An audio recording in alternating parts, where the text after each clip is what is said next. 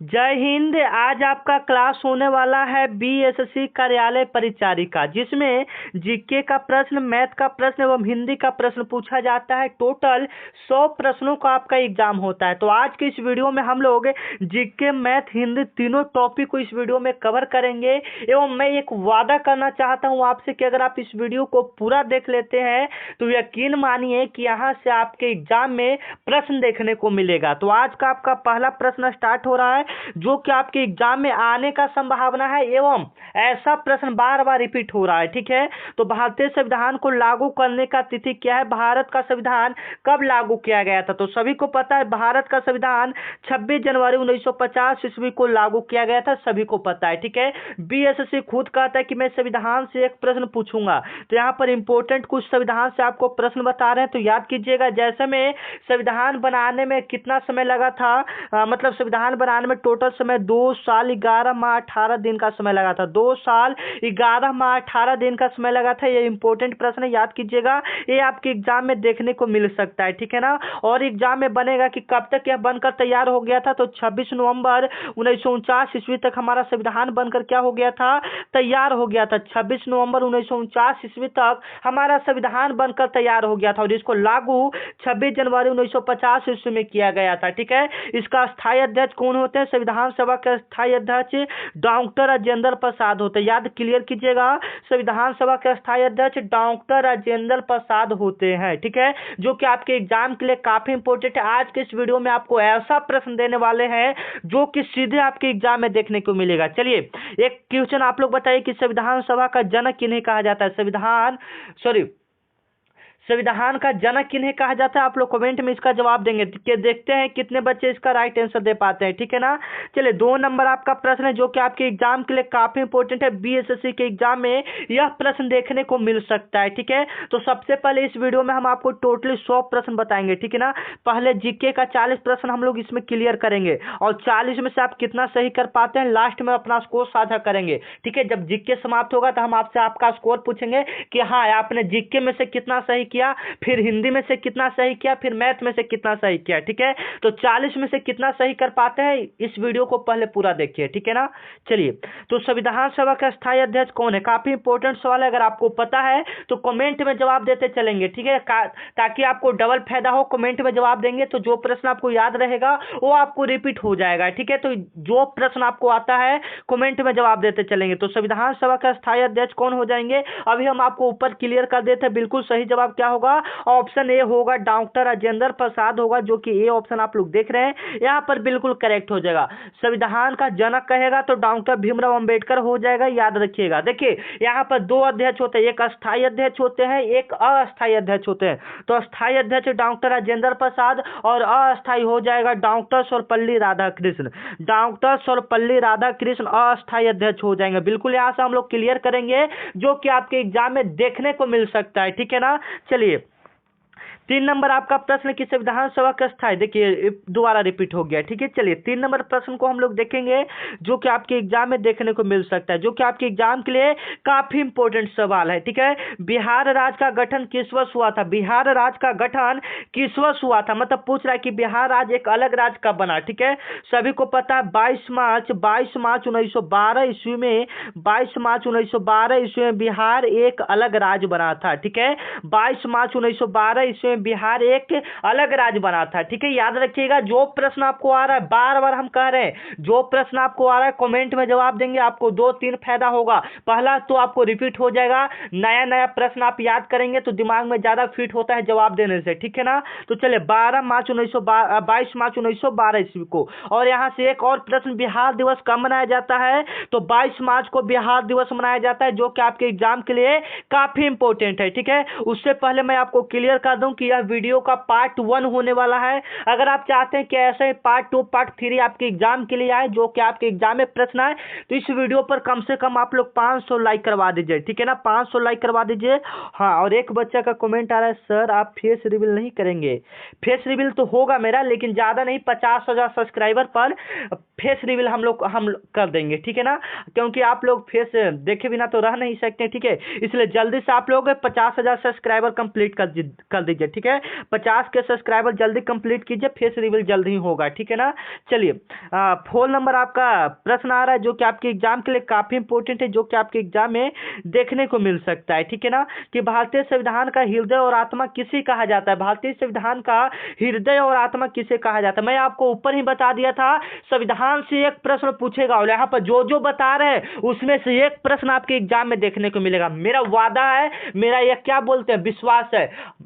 एक वादा आपको भी करना होगा कि हाँ सर आपका वीडियो को हम पूरा देखेंगे। अगर आप वीडियो को पूरा देखते हैं तो यकीन मानिए आपका प्रश्न मतलब यहाँ से प्रश्न आपके एग्जाम में देखने को मिलेगा। मैं इतना वादा आप लोग को कर रहा हूँ, ठीक है ना। चलिए भारतीय संविधान का हृदय और आत्मा किससे कहा जाता है, तो अनुच्छेद 32 को संविधान का आत्मा कहा जाता है, हृदय कहा जाता है। अनुच्छेद 32 को याद रखिएगा, जो कि आपके एग्जाम के लिए काफी इंपॉर्टेंट है। आपके एग्जाम में यह प्रश्न आ सकता है, ठीक है। चलिए इसी के साथ हम लोग 5 नंबर प्रश्न को देखते हैं, जो कि आपके एग्जाम के लिए काफी इंपॉर्टेंट है, आपके एग्जाम में आने का संभावना है, ठीक है। चलिए किस गवर्नर जनरल ने डॉक्ट्रिन ऑफ लैंप नीति अपनाई थी। काफी इंपॉर्टेंट सवाल है। तो लॉर्ड कर्जन ने डॉक्ट्रिन ऑफ लैंप्स नीति अपनाई थी, ठीक है, जो कि 1905 ईस्वी में लॉर्ड कर्जन ने बंगाल विभाजन किया था। 1905 ईस्वी में लॉर्ड कर्जन ने क्या किया था, बंगाल विभाजन किया था। लेकिन इसको वापस एक व्यक्ति 1911 ईस्वी में एक व्यक्ति लॉर्ड हार्डिंग ने इस व्यक्ति को वापस ले लिया था। फिर से हम समझाना चाहते हैं हम क्या कहना चाह रहे हैं, ध्यान से समझिए। यहां से कहने चाह रहे कि बंगाल विभाजन कब हुआ था, तो 1905 ईस्वी में हुआ था। किसने किया था, तो लॉर्ड कर्जन ने किया था, जो कि आप ए ऑप्शन देख रहे हैं। वही व्यक्ति ने बंगाल विभाजन 1905 ईस्वी में किया था। लेकिन 1911 ईस्वी में लॉर्ड हार्डिंग नाम का व्यक्ति ने बंगाल विभाजन को वापस ले लिया था, ठीक है। यहां से आपका क्लियर हो गया। बाकी यहां से लॉर्ड डलहौजी के स्वतंत्र भारत के पहले वाइसराय थे, ये आप क्लियर कीजिएगा, ठीक है ना। चलिए 6 नंबर आपका प्रश्न जो कि आपके एग्जाम के लिए काफी इंपॉर्टेंट है, जो कि आपके एग्जाम में देखने को मिलता है। मैं आपको बार बार यही कहना चाह रहा हूं कि जो प्रश्न आपको आता है कमेंट में जवाब देते चलेंगे, ठीक है। पूर्ण स्वराज का प्रस्ताव कब पारित हुआ, आपको पता है तो कमेंट में जवाब देंगे। पूर्ण स्वराज का प्रस्ताव कब पारित हुआ था, सभी को पता होना चाहिए। पूर्ण स्वराज का प्रस्ताव कब पारित हुआ था, 1931 ईस्वी में, ठीक है, याद रखिएगा 1931 ईस्वी में। गांधी इरविन समझौता कब हुआ था, 5 मार्च 1931 ईस्वी में गांधी इरविन समझौता हुआ था। साइमन कमीशन भारत कब आया था, 1928 ईस्वी में आया था, याद रखेंगे, जो कि आपके एग्जाम के लिए काफी इंपॉर्टेंट है। 1930 ईस्वी में क्या हुआ था, सविनय अवज्ञा आंदोलन हुआ था, जो कि आपके एग्जाम में आने का संभावना है, ठीक है।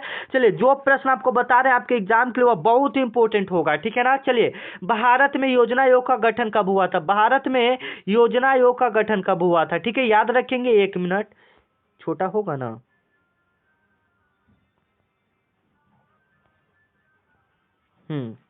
जूम हो गया था, ठीक है ना। भारत में योजना आयोग का गठन कब हुआ था, जो प्रश्न आपको आ रहा है जवाब देंगे। तो भारत में योजना आयोग का गठन कब हुआ था, बता पाएंगे आप लोग, नहीं तो देखिए हमारा आंसर सुनिए।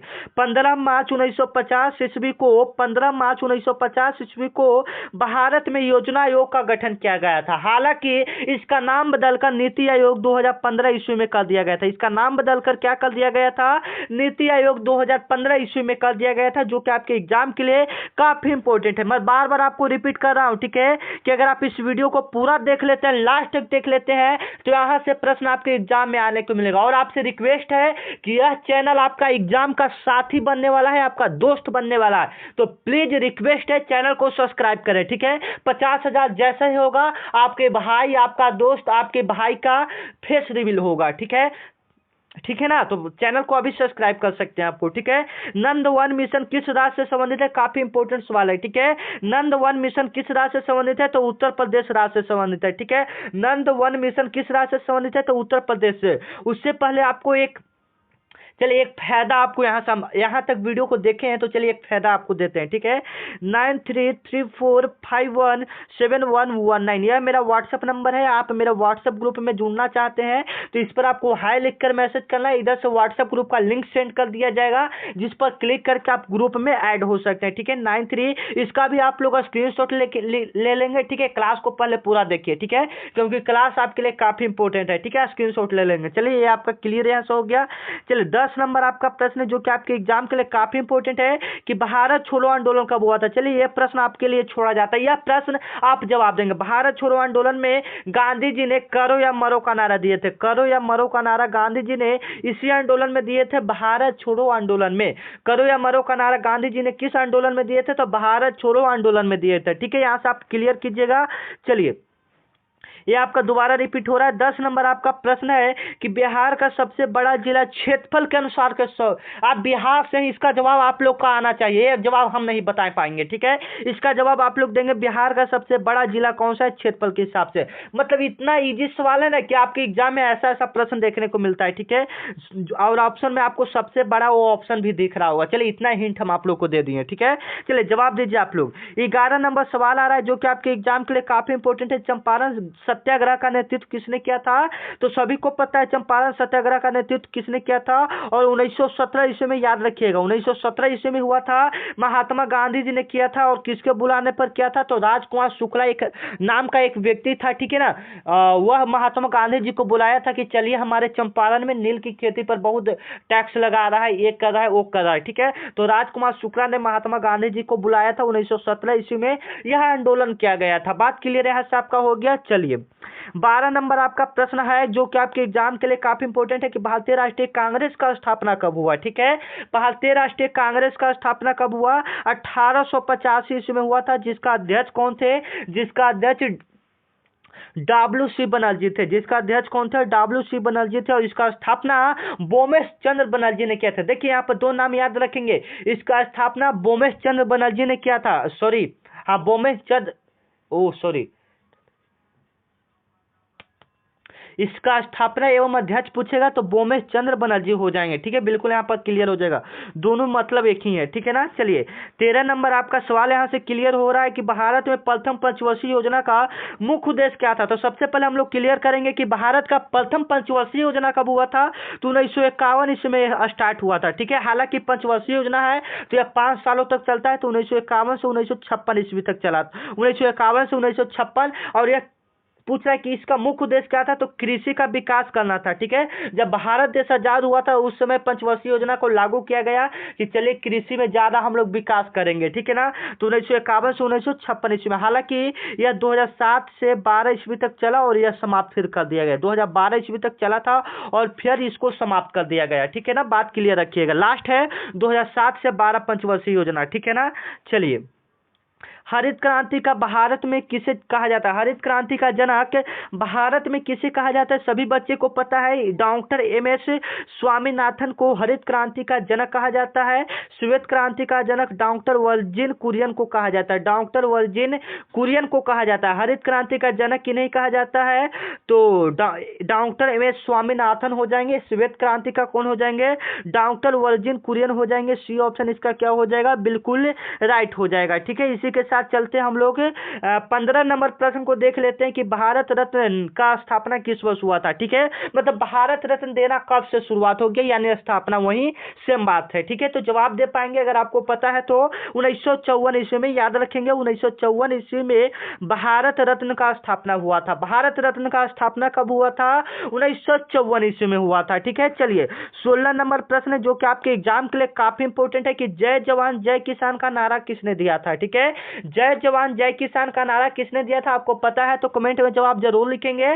ठीक है, तो इसका राइट आंसर होगा लाल बहादुर शास्त्री। अगर आपका भी यही जवाब था तो बिल्कुल सही हो रहा है। ठीक है, अटल बिहार सॉरी जय जवान जय विज्ञान का नारा अटल बिहारी लाल बहादुर शास्त्री, और इसमें ऐड कर देता है जय जवान जय किसान जय विज्ञान, तो अटल बिहारी वाजपेयी हो जाते हैं। 3 गो नारा पूछेगा, जय जवान जय किसान जय विज्ञान, तो अटल बिहारी वाजपेयी, और सीधा 2 गो रहेगा तो लाल बहादुर शास्त्री। यहाँ पर आप लोग क्लियर करेंगे। गरीबी हटाओ का नारा इंदिरा गांधी जी ने दिया था, जो कि क्लियर कीजिएगा। ठीक है, चलिए अमृत योजना किससे संबंधित है? अमृत योजना किससे संबंधित है, जो कि आपके एग्जाम के लिए काफी इंपॉर्टेंट सवाल है कि अमृत योजना किससे संबंधित है, तो ग्रामीण विकास से संबंधित है। ठीक है, अमृत योजना किससे संबंधित है, तो ग्रामीण विकास से संबंधित है। ठीक है, ये ऑप्शन आप लोग देख रहे हैं, इसका क्या हो, ये ऑप्शन हो जाएगा, बिल्कुल राइट हो जाएगा। ठीक है, चलिए, और एक बच्चा का कमेंट आ रहा है, सर फ्री पीडीएफ आपको नंबर दे दिए हैं बाबू, ग्रुप में ऐड हो जाइए। ठीक है, वहीं पर आपका ग्रुप में जो भी होता है क्लास का पीडीएफ, क्लास जो भी होता है सब वहां पर डाल दिया जाता है। ठीक है ना, चलिए, भारत की दूसरी हरित क्रांति किस क्षेत्र से जुड़ी हुई है? भारत की दूसरी हरित क्रांति किस क्षेत्र से जुड़ा हुआ है? काफी इंपॉर्टेंट सवाल है। तो देखिए, हरित क्रांति तो संभवतः कृषि क्षेत्र से, लेकिन दूसरी हरित क्रांति तो यह बागवानी से, बागवानी का मतलब पेड़ पौधा लगाना। ठीक है ना, चलिए, 19 नंबर आपका सवाल है जो कि आपके एग्जाम के लिए काफी इंपॉर्टेंट है। तीन भाषा सूत्र सबसे पहले किस आयोग ने सुझाया था? तीन भाषा सूत्र सबसे पहले किस आयोग ने सुझाया था? ये न्यू टाइप का क्वेश्चन है, आपके एग्जाम में आने का संभावना है, तो थोड़ा अच्छा से देख लेंगे। तो राधा कृष्ण आयोग ने किया था। ठीक है ना, सब्सक्राइब टू उम्मा जी के ट्रिक चैनल अभी को सब्सक्राइब कर लीजिए, क्योंकि यह चैनल आपका दोस्त, आपका फ्रेंड, आपका साथी बनने वाला है, जो कि आपके हर एक एग्जाम में मदद करेगा। ठीक है, चलिए, 20 नंबर आपका सवाल है जो कि आपके एग्जाम के लिए काफी इंपॉर्टेंट है कि नीति आयोग का गठन कब किया गया था? जो कि आपको ऊपर ही बता दिए थे कि योजना आयोग का ही नाम नीति आयोग है। योजना आयोग का ही नाम क्या है? नीति आयोग है, जो कि 2015 ईस्वी में रखा गया था। इसलिए इसका राइट आंसर कौन सा हो जाएगा?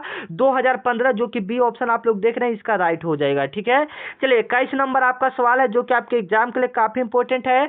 मेक इन इंडिया कार्यक्रम का शुरुआत किस वर्ष हुआ था? ठीक है, मेक इन इंडिया कार्यक्रम का शुरुआत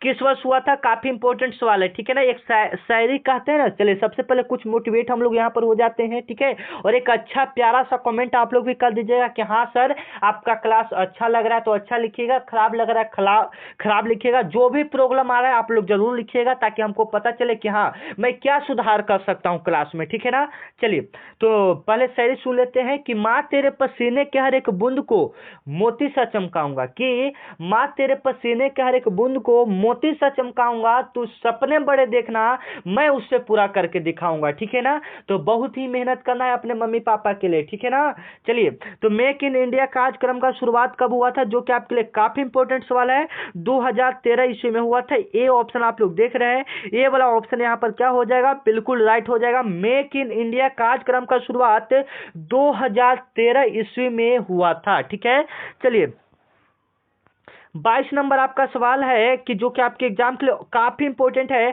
कि किस भारतीय राज्य की सीमा सबसे अधिक राज्यों से लगती है? ठीक है, मैंने किस भारतीय राज्य की सीमा सब अधिकतर राज्यों से लगती है? तो यूपी यानी उत्तर प्रदेश का जो राज्य है उसका सीमा सबसे अधिक राज्यों से लगती है। ठीक है, चलिए, 23 नंबर आपका सवाल है जो कि आपके एग्जाम के लिए काफी इंपॉर्टेंट है कि प्रोजेक्ट टाइगर कब शुरू किया गया था? प्रोजेक्ट टाइगर कब शुरू किया गया था? याद रखेंगे, 1972 ईस्वी में प्रोजेक्ट टाइगर शुरू किया गया था। ठीक है, प्रोजेक्ट टाइगर कब शुरू किया गया था? तो 1972 ईस्वी में। ठीक है, क्लियर कीजिएगा, 1972 ईस्वी में। ठीक है ना, मतलब बाघों को संरक्षण के लिए प्रोजेक्ट टाइगर शुरुआत किया गया था 1972 ईस्वी में। ठीक है, चलिए, यहाँ हो गया ना। राष्ट्रपिता का संबोधन सबसे पहले किसने दिया था? राष्ट्रपिता का संबोधन सबसे पहले, मतलब सीधा क्वेश्चन है कि महात्मा गांधी जी को राष्ट्रपिता किसने कहा था? ठीक है, महात्मा गांधी जी को राष्ट्रपिता किसने कहा था? सभी को पता है, रविन्द्रनाथ टैगोर ने किया था। राष्ट्रपिता किसने कहा था? तो रविन्द्रनाथ टैगोर ने कहा था। ठीक है, चलिए, 25 नंबर आपका सवाल है कि गांधी इरविन समझौता कब हुआ था? जो कि आपको हम सबसे पहले ऊपर ही क्लास में बता दिए थे। ठीक है, तो 5 मार्च 1931 ईस्वी में हुआ था। 5 मार्च 1931 ईस्वी में गांधी इरविन समझौता हुआ था। ठीक है, 26 नंबर आपका सवाल है जो कि आपके एग्जाम के लिए काफी इंपॉर्टेंट है कि मंगलयान मिशन का प्रक्षेपण कब किया गया था? मंगलयान मिशन का प्रक्षेपण कब किया गया था? तो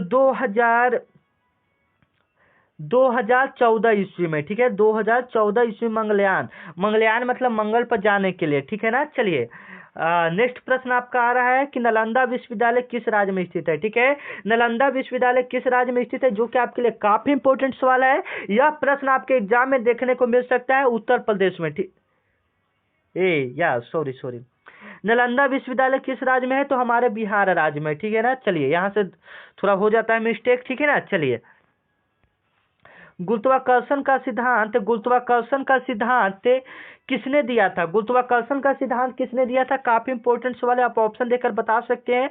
तो यह हम क्वेश्चन छोड़ रहे हैं यहाँ पर, ठीक है ना। यह प्रश्न आप लोग बताएंगे, ठीक है ना। चलिए 30 नंबर, क्योंकि इजी सवाल है, ठीक है ना। चलिए, विश्व पर्यावरण दिवस कब मनाया जाता है? तो और इजी सवाल है, दिवस हम आपको ऊपर ही बता दिए थे कि बीएसएससी दिवस से एक प्रश्न पूछेगा, ठीक है। तो कब मनाया जाता है पर्यावरण दिवस? कमेंट में लिखिएगा, अगर नहीं पता है तो हमारा जवाब भी सुन लीजिएगा। 5 जून को पर्यावरण दिवस मनाया जाता है, ठीक है। 5 जून को क्या मनाया जाता है? पर्यावरण दिवस मनाया जाता है, ठीक है। चलिए, वायुमंडल की सबसे मोटी परत कौन सी है? वायुमंडल की सबसे मोटी परत कौन सी है? तो स्ट्रेटोस्फियर है, स्ट्रेटोस्फियर है, जो कि बी ऑप्शन आप लोग देख रहे हैं। वो वाला ऑप्शन यहाँ पर क्या हो जाएगा? बिल्कुल राइट हो जाएगा, ठीक है। चलिए 32 नंबर आपका सवाल है, जो कि आपके लिए काफी इंपॉर्टेंट है कि भारत का सबसे प्राचीन पर्वत कौन सा है? भारत का सबसे प्राचीन पर्वत कौन सा है? हिमालय पर्वत है, जो कि ए ऑप्शन आप लोग देख रहे हैं। ये बिल्कुल यहाँ पर क्या हो जाएगा? बिल्कुल राइट हो जाएगा। भारत का सबसे प्राचीन पर्वत कौन सा है? हिमालय पर्वत है, जो कि आपके लिए काफी इंपॉर्टेंट हो जाएगा, ठीक है। चलिए, घाटी सभ्यता किस काल की है? ठीक है, सिंधु घाटी सभ्यता किस काल की है, जो कि आपके लिए काफी इंपॉर्टेंट है कि सिंधु घाटी सभ्यता किस काल का है? तो लौह युग काल का है, ठीक है। लौह युग काल का है, सी ऑप्शन इसका क्या हो जाएगा? बिल्कुल राइट हो जाएगा, ठीक है। चलिए 34 नंबर आपका प्रश्न है, भारत का संविधान किस देश के संविधान से सबसे अधिक प्रभावित है? ठीक है, मतलब भारत का संविधान किस देश से सबसे अधिक प्रभावित है, मतलब मिलता जुलता है, वहां से ज्यादातर वहां से लिया गया, इस प्रकार से क्वेश्चन कह रहा है, ठीक है। तो यह अमेरिका से ज्यादा मिलता जुलता ही याद रखेंगे, ठीक है। 35 नंबर प्रश्न, जो कि आपके एग्जाम के लिए काफी इंपॉर्टेंट है कि लाल किरण किस प्रकार का विकिरण है? लाल किरण किस प्रकार का विकिरण है? तो पराबैंगनी किरण है, ठीक है, याद रखेंगे। चलिए 36 नंबर आपका प्रश्न, जो कि आपके एग्जाम के लिए काफी इंपॉर्टेंट है कि अग्नि मिसाइल का विकास किसने किया था? ठीक है, अग्नि मिसाइल का विकास किसने किया था? सभी को पता होना चाहिए, इसरो ने किया था, ठीक है। चलिए 37 नंबर आपका प्रश्न आ रहा है, जो कि आपके लिए काफी इंपॉर्टेंट है कि सिल्क सिटी के नाम से कौन सा शहर को जाना जाता है? ठीक है, तो वाराणसी को हम लोग सिल्क सिटी के नाम से जानते हैं, ठीक है। 38 नंबर आपका सवाल है कि कंप्यूटर का मस्तिष्क किसे कहा जाता है? कंप्यूटर का मस्तिष्क किसे कहा जाता है? तो कंप्यूटर का मस्तिष्क किसे कहा जाता है? तो सीपीयू को कहा जाता है, सभी को पता है, ठीक है। 39 प्रश्न आपका होना चाहिए यहाँ पर, जो कि आपके एग्जाम के लिए काफी इंपॉर्टेंट है कि वेद किस भाषा में है? संस्कृत भाषा में, ठीक है। 40 प्रश्न यहाँ से आपका जीके अब समाप्त हो रहा है। 40 में से आपने कितना सही किया, अभी जवाब देंगे आप लोग। की राज्यपाल की नियुक्ति कौन करती है? जवाब आप लोग बताइए। तो राज्यपाल की नियुक्ति कर सकता है, राष्ट्रपति कर सकता है, ठीक है ना। अब यहाँ से आप लोग जीके का पहले क्लियर कीजिए कि 40 में से आप लोगों ने जीके में कितना सही किया। 40 में से जीके में 40 में से कितना प्रश्न आप लोगों ने सही किया। इसके बाद हम लोग कुछ मैथ को देखेंगे एवं कुछ प्रश्न हिंदी का भी देखेंगे, ठीक है ना। मतलब तीनों टॉपिक को इस वीडियो में हम लोग क्लियर करेंगे, ठीक है। चलिए अब यहाँ से हम लोग कुछ मैथ का प्रश्न देख लेते हैं। मतलब इसमें ज़्यादा तो मैथ का प्रश्न नहीं बता पाएंगे, क्योंकि मैथ का प्रश्न बताने में काफ़ी लंबा हो जाता है वीडियो, ठीक है। इसका सॉल्व करेंगे फिर ऐसा वैसा, तो आपको बहुत मतलब एक तरफ से यहाँ पर कुछ प्रश्न आपको लाए हैं, जिससे आपको पता चलेगा कि हाँ ऐसा ऐसा प्रश्न। एक प्रश्न ऐसा रहेगा आपके एग्जाम में, एक प्रश्न ऐसा रहेगा, लिख कर ले लीजिए, मेरा यह दावा है, ठीक है। लिख कर ले लीजिए, एक प्रश्न ऐसा रहेगा। अगला पद वाला एक प्रश्न जरूरी है, ठीक है। जैसे 5, 11, 23, 47, 5, 11, 23, 47 का अगला सदस्य क्या होगा, ठीक है। तो यहाँ पर देख लेंगे हम लोग। देखिए 5 से कितना बढ़ रहा है? 6 बढ़ रहा है, ठीक है। 5, 6, 11, 11 से कितना बढ़ रहा है बताइए? 11 से 23, मतलब 11, 12 बढ़ रहा है, ठीक है ना। मैंने 6 का दुगना होते जा रहा है, ठीक है ना। 6 तो 6 दूनी 12, 18 यहाँ से बढ़ रहा है, ठीक है ना। 18 ही ना बढ़ रहा है, 12, 18, 23 दूनी 46, 1 47, हाँ।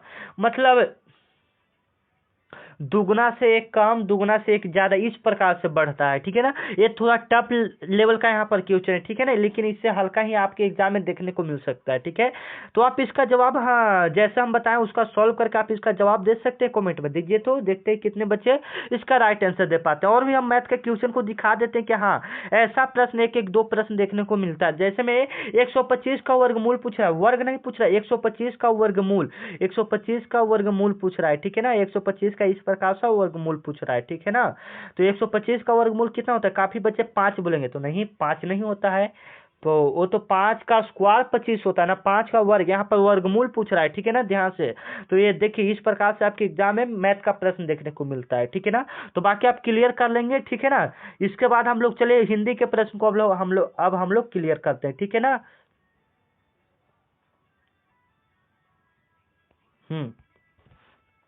क्योंकि मैथ का जो प्रश्न यहाँ पर बताएंगे तो काफी लेट हो जाएगा, ठीक है। तो चलिए यहाँ से हम लोग हिंदी के प्रश्न पत्र जो कि 30 प्रश्न यहाँ पर है, ठीक है। लघु शब्द का विलोम क्या होगा? देखिए काफी इंपॉर्टेंट एवं इजी सवाल है जो कि आपके एग्जाम में देखने को मिल सकता है कि लघु शब्द का विलोम क्या होगा। जवाब दीजिए, लघु शब्द का विलोम क्या होगा? मतलब लघु मतलब छोटा, छोटा का क्या हो जाएगा? तो सभी को पता है, आप इसका जवाब दे पाएंगे तो दीजिए जवाब कमेंट में, ठीक है। लघु शब्द का विलोम क्या हो जाएगा? बिल्कुल सही जवाब क्या? विशाल हो जाएगा, बिल्कुल सही, विशाल मतलब बड़ा, ठीक है।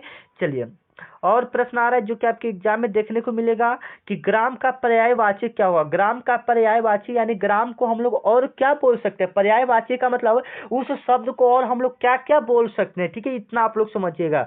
तो ग्राम को हम लोग और क्या बोल सकते हैं? शहर तो नहीं बोलेंगे, शहर नहीं बोलेंगे, नगर नहीं बोलेंगे, नगर मतलब समझते हैं शहर में ही नगर, ठीक है ना। नगरी तो नहीं बोलेंगे, तो देहात हम लोग बोलते हैं, ठीक है ना। ग्राम को हम लोग क्या बोलते हैं? देहात बोलते हैं, ठीक है, सभी को पता है। जो प्रश्न आपको आ रहा है जवाब देते जाइएगा, और हिंदी में कितना सही कर पाते हैं 30 में से, ये भी लास्ट में हम आपसे पूछेंगे, ठीक है। जल में रहकर मगर से बैर, इस लोकोक्ति का अर्थ क्या है? जल में रहकर मगर से बैर, इस लोकोक्ति का अर्थ क्या है? ठीक है, तो दुश्मनी रखना, दुश्मनी रखना इसका लोकोक्ति का अर्थ है, ठीक है। 4 नंबर आपका प्रश्न है जो कि आपके एग्जाम के लिए काफी इंपोर्टेंट है, ठीक है, कि कर्म शब्द में कौन सा समास है? ठीक है, कर्म शब्द में कौन सा समास है? तो कर्म में कर्मधारय समास है, जिसमें कर्म लगा है कर्मधारय समास है, ठीक है, याद रखिएगा। चलिए 5 नंबर प्रश्न जो कि आपके एग्जाम में देखने को मिलेगा, ठीक है, कि विद्या शब्द का संधि विच्छेद क्या होगा? विद्या शब्द का संधि विच्छेद क्या होगा? ठीक है, जवाब देंगे आप लोग, विद्या शब्द का संधि विच्छेद क्या होगा? तो क्या होगा? विद्या, तो विद्या का संधि विच्छेद क्या होना चाहिए? जैसे विद्यालय का रहता तो विद्या प्लस आलय हो जाता, ठीक है, तो यहाँ पर विद्या ही है, तो विद प्लस या इसका अर्थ निकलेगा, इसलिए डी ऑप्शन इसका क्या हो जाएगा? बिल्कुल राइट हो जाएगा, ठीक है। चलिए लास्ट में बताएंगे आपने कितना प्रश्न सही किया 30 में से, ठीक है ना। चलिए सूर्य शब्द का तात्पर्य क्या है? ऑप्शन देखकर आप लोग पहचान जाएंगे सूर्य शब्द का तात्पर्य क्या है। तो चलिए 6 नंबर का जवाब दीजिए, ठीक है ना। 7 नंबर आपका सवाल है जो कि आपके एग्जाम के लिए काफी इंपॉर्टेंट है कि अच्छा बुरा में कौन सा समास है, ठीक है। जब बीच में ये रेफ पड़ जाता है से, इसको हम लोग ऐसे बोलते हैं, ठीक है ना। तो ये कौन सा हो जाता है? तो द्वंद्व समास, जैसे में माता पिता, जैसे में माता पिता है तो बीच में हेलंत ए वाला पड़ गया, ए वाला रह गया, तो इसको हम लोग द्वंद्व समास बोलते हैं, इतना आप लोग क्लियर कीजिएगा, ठीक है। 8 नंबर प्रश्न जो कि आपके एग्जाम के लिए काफी इंपॉर्टेंट है कि कृषक शब्द का विलोम क्या है? कृषक शब्द का विलोम क्या होगा? ठीक है, कृषक शब्द का विलोम क्या होगा? तो मजदूर तो होगा नहीं, कृषक तो होगा नहीं, सॉरी। तो कृषक शब्द का विलोम क्या होना चाहिए? तो कृषक शब्द का यहाँ पर विलोम होना चाहिए अकृषक होना चाहिए। क्या होना चाहिए? अकृषक होना चाहिए, ठीक है, बिल्कुल राइट यहाँ पर हो जाएगा। चलिए नेत्र का समानार्थी क्या होगा? नेत्र का समानार्थी क्या होगा जो कि आपके एग्जाम के लिए काफी इंपॉर्टेंट है कि नेत्र को हम लोग और क्या क्या बोल सकते हैं, तो बिल्कुल आप लोग ऑप्शन देकर बता सकते हैं। चलिए हिंदी में ज्यादातर कोशिश कीजिए कि आप लोग जवाब दीजिए, हम सिर्फ क्वेश्चन पढ़ते जाएंगे, आप लोग जवाब देते जाइएगा। जो प्रश्न नहीं आएगा मैं आपको खुद बता दूंगा, ठीक है। जो सुना सुनाया हो उसके लिए एक शब्द क्या है? हाँ, ये काफी इंपॉर्टेंट है और ये आपको शायद नहीं आता हो तो सुन लीजिएगा। जो सुना सुनाया हो उसके लिए एक शब्द में होता है श्रुत होता है। क्या होता है? श्रुत होता है। बी ऑप्शन इसका क्या हो जाएगा? बिल्कुल राइट हो जाएगा, ठीक है। 11 नंबर आपका सवाल है जो कि आपके लिए काफी इंपॉर्टेंट है कि स्वदेश प्रेम शब्द में कौन सा समास है? ठीक है, स्वदेश प्रेम शब्द में कौन सा समास है? ठीक है, तो याद रखिएगा तत्पुरुष समास है, तत्पुरुष समास है। सी ऑप्शन इसका क्या हो जाएगा? बिल्कुल राइट हो जाएगा, ठीक है। चलिए 12 नंबर आपका सवाल है कि आदित्य का पर्यायवाची क्या होगा? आदित्य का पर्यायवाची क्या होगा? मतलब आदित्य को हम लोग क्या बोल सकते हैं? तो बिल्कुल सभी को पता है सूर्य, और इस बार छठ पूजा आ रहा है, ठीक है, तो आप लोग छठ पूजा अच्छे से मनाइएगा एवं एग्जाम जो भी रिलेटेड है उससे अपना विश मांगते हैं ना उस प्रकार से मांग लीजिएगा, और अपने सर के लिए भी कुछ कि हाँ सर के, मेरे सर का 50 के सब्सक्राइबर जल्दी से हो जाए, ठीक है ना। चलिए जल शब्द का संधि विच्छेद क्या होगा? जल शब्द का संधि विच्छेद क्या होगा आप लोग बताइए, ठीक है। तो जल शब्द का संधि विच्छेद क्या होगा? इतना इंपॉर्टेंट सवाल है, ठीक है, तो बताइए जल का संधि विच्छेद क्या होगा? तो देखिए जल का संधि विच्छेद होवे नहीं करेगा। अगर आप करेंगे, जैसे मान लीजिए कि आप कहेंगे कि ज प्लस ल होगा, तो ज का अर्थ क्या होगा? दोनों का, जब किसी का संधि विच्छेद करना होता है तो दोनों का अर्थ निकलना चाहिए। जैसे विद्यालय का संधि विच्छेद करते हैं तो विद्या का, विद्या मतलब तो समझ गया, और आलय मतलब मंदिर घर, ठीक है, और दोनों का अर्थ निकलना चाहिए, तभी संधि विच्छेद सही होगा, ठीक है ना। चलिए, पुत्र शब्द का स्त्रीलिंग क्या होगा? पुत्र शब्द का स्त्रीलिंग क्या होगा? ठीक है, पुत्र शब्द का स्त्रीलिंग क्या होगा? पुत्री होगा। बी ऑप्शन इसका क्या हो जाएगा? बिल्कुल राइट हो जाएगा। पुत्र शब्द का स्त्रीलिंग क्या होगा? पुत्री हो जाएगा, ठीक है। चलिए, 15 नंबर आपका सवाल है कि सप्ताह में शब्द का अर्थ क्या होगा? सप्ताह में शब्द का अर्थ क्या होगा, जो कि आपके लिए काफी इंपॉर्टेंट है, बताएंगे। सप्ताह में शब्द का अर्थ क्या होता है? ठीक है, सप्ताह में शब्द का अर्थ क्या होता है? तो साथ होता है, ठीक है ना। सप्ताह मतलब शब्द का अर्थ साथी ना होगा। चलिए, और नेक्स्ट प्रश्न को चलते हैं कि आत्मनिर्भर शब्द में कौन सा समास है? आत्मनिर्भर शब्द में कौन सा समास है? तो अभिभाव समास है। अभिभाव समास है। डी ऑप्शन इसका क्या हो जाएगा? बिल्कुल राइट हो जाएगा, ठीक है। याद रखेंगे, जो कि आपके एग्जाम के लिए काफी इंपॉर्टेंट होगा। पानी पानी होना मुहावरे का अर्थ क्या है? पानी पानी होना मुहावरे का अर्थ क्या है, जो कि आपके एग्जाम में देखने को मिल सकता है? तो पानी पानी होना मतलब शर्मिंदा होना, ठीक है। चलिए, रामायण शब्द में कौन सा प्रत्यय है? रामायण शब्द में कौन सा प्रत्यय है, याद रखेंगे, ठीक है। रामायण शब्द में कौन सा प्रत्यय है? प्रत्यय का मतलब पीछे लगने वाला, उपसर्ग का मतलब आगे लगने वाला। तो इसमें रामायण, तो अयन, रामायण में अयन हो जाएगा। बी ऑप्शन यहाँ पर क्या हो जाएगा? बिल्कुल करेक्ट हो जाएगा, ठीक है। 19 नंबर आपका सवाल है, जो कि आपके लिए काफी इंपॉर्टेंट है। पुस्तकालय शब्द में कौन सा समास होगा? ठीक है, पुस्तकालय शब्द में कौन सा समास होगा? तो तत्पुरुष समास होगा, याद रखेंगे। पुस्तकालय शब्द में कौन सा समास है? तत्पुरुष समास। ए ऑप्शन इसका क्या हो जाएगा? बिल्कुल राइट हो जाएगा, ठीक है। चलिए, 20 नंबर सवाल है, जवाब देंगे आप लोग कि कठिन का विलोम शब्द क्या होगा? बिल्कुल इजी एवं आसान प्रश्न, जवाब दीजिए कमेंट में। चलिए, हो जाएगा यहाँ पर आप लोग। 21 नंबर सवाल है, जो कि आपके एग्जाम में, कि जहां चार यार मिले वहीं रात सुहानी, यहाँ चार यार का अर्थ क्या है? ठीक है, जहां चार यार मिले वहीं रात सुहानी, यहाँ पर चार यार का अर्थ क्या है? ठीक है, बताइए। तो मित्रों का समूह हो जाएगा, मित्रों का समूह। ए ऑप्शन इसका क्या हो जाएगा? बिल्कुल राइट हो जाएगा, ठीक है ना। चलिए, 22 नंबर आपका सवाल है, जो कि आपके एग्जाम में देखने को मिल सकता है कि मनुष्य जीवन का सार क्या है, इसमें कौन सा कारक है? ठीक है, मनुष्य जीवन का सार क्या है, इसमें कौन सा कारक है? ठीक है, काफी इंपॉर्टेंट सवाल है, ठीक है।